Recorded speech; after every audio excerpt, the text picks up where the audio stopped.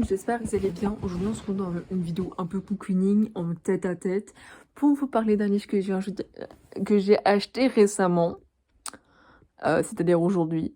On est le 12 avril 2023, j'ai acheté Nymphéen et la Chambre Rouge de Margherita Cabiani.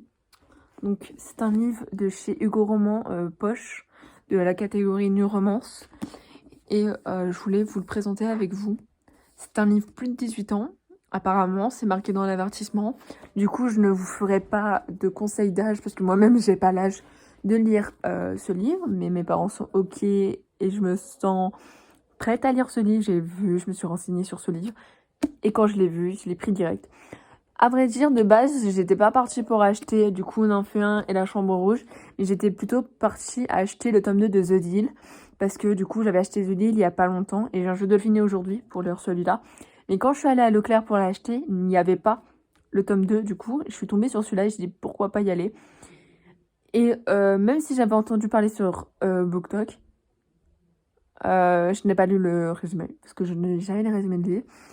Soit je l'ai vu sur BookTok et je le prends grosse comme une pigeonne, ou soit je me méfie à la couverture. Si la couverture c'est un torche, je le prends. Si c'est des trucs comme ça, je le prends, bref. Quand moi je trouve que la couverture est attirante, je prends. Du coup, je ne vais pas vous lire le résumé parce que quand je lis en vidéo, ma voix est vraiment horrible et je bug en lisant, alors que de base je bug pas en lisant, à voix haute du moins.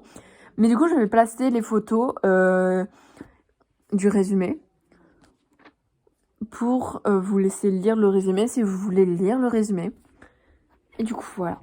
Du coup, comme d'habitude, il y a une petite problématique à la fin. Je pense que c'est une problématique, mais ça, je vais pouvoir vous le lire. C'est Roxane sera-t-elle prête à se perdre au nom de la vérité? Vraiment. Même des fois, t'as envie de lire que la problématique de certains livres. Parce que moi, j'appelle ça une problématique et ça donne vachement envie de lire, parce qu'après, t'auras ta réponse. Et en gros, ce que je trouve aussi vachement beau, c'est ça. Genre, ils l'ont mis 2 fois, en gros, ça, et là, en mode couverture, mais sans couverture. Enfin, je sais pas si vous m'avez compris. Je trouve ça vachement beau. Et après, c'est là où on a l'avertissement. L'avertissement, c'est certaines scènes à propos au passage peuvent heurter la sensibilité de personnes les plus sensibles, contenu pour adultes et scènes plus de 18 ans. Du coup, ça, je l'ai vu qu'à la fin, quand je suis allée à la caisse, puisque j'ai feuilleté mon livre. Mais moi, ça me dérange pas. Et bien sûr, si ça fait pas comme l'autre vidéo, où ça me bloque les commentaires, je ne veux pas dire « Oh là là, t'as tel âge et tu lis des livres qui sont pas de ton âge ». Je me sens capable de lire ce livre. Du coup, bah, je vais le lire. Et au pire, si ça m'attaque comme sur TikTok en disant que je lisais des livres qui n'étaient pas adaptés à mon âge, on m'a dit c'est ton insouciance, ton je sais plus quoi, ton truc est dans ton cerveau qui tu feras regretter plus tard quand tu auras 15-16 ans, quand tu avais 12 ans. J'attends toujours les répercussions de quand j'avais 12 ans. Sachant que j'ai pas terminé le livre parce que j'avais rien compris. Mais j'attends les répercussions d'avoir lu 5 anciens secrets, les 3 à 12-13 ans. Voilà. Mais ça, c'est un autre sujet. Pour parler de ce livre, vraiment, je n'ai jamais entendu parler de l'auteur, à part pour ça sur BookTok.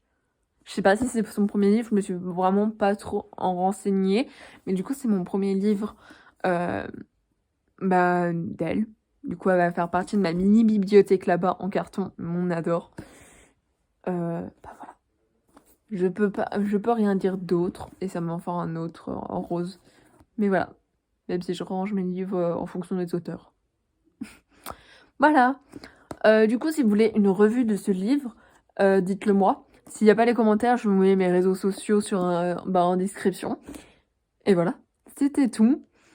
Bientôt arrivera la revue de À tout jamais, de Plus jamais et jamais plus. Et la revue de Captive et ce que je regrette de Captive. Pas du livre, mais ce que j'ai fait sur le livre. Voilà. Sur ce, je vous laisse et aux prochaines vidéos. Bisous!